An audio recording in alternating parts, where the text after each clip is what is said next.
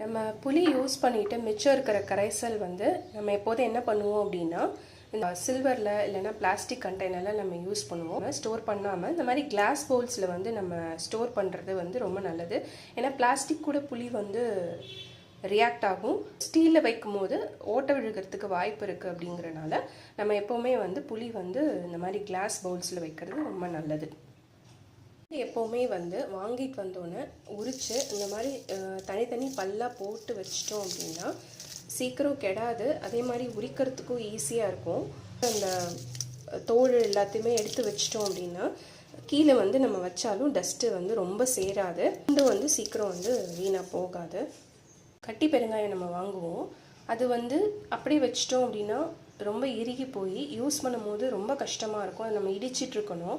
அதுக்கு பதிலாக வாங்கிட்டு வந்தோடனே நம்ம இந்த மாதிரி சின்ன சின்னதாக கட் பண்ணி நல்லா காய வச்சு எடுத்து வச்சிட்டோம். வெயிலெல்லாம் காய வைக்க வேண்டாம். நல்லா நிழல்லே அப்படியே போட்டு ஒரு தட்டில் போட்டு வச்சிட்டிங்கன்னா அது நல்லா காஞ்சிரும். ஸோ அதை வந்து இந்த மாதிரி ஒரு பாட்டில்லையோ இல்லை ஏதாவது ஒரு கண்டெய்னரில் ஸ்டோர் பண்ணிட்டோம் அப்படின்னா எப்போல்லாம் நம்மளுக்கு தேவையோ அப்போல்லாம் வந்து யூஸ் பண்ணுறதுக்கு ரொம்ப ஈஸியாக இருக்கும்.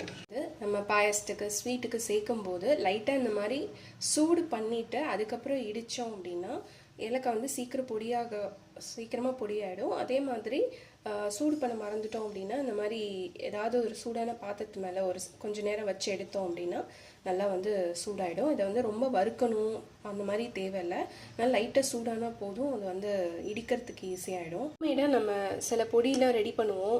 சீரகம், மிளகு, அப்புறம் வந்து மிளகாய் பொடி அந்த மாதிரி ரெடி பண்ணும்போது மசாலா பொடி இதெல்லாம் ரெடி பண்ணும்போது அது கூட கொஞ்சம் கல்லுப்பு வந்து லைட்டாக வறுத்துட்டு அதை அரைச்சோம் அப்படின்னா அந்த பொடி வந்து சீக்கிரம் கட்டிப்படாமல் வீணாக போகாமல் இருக்கும்.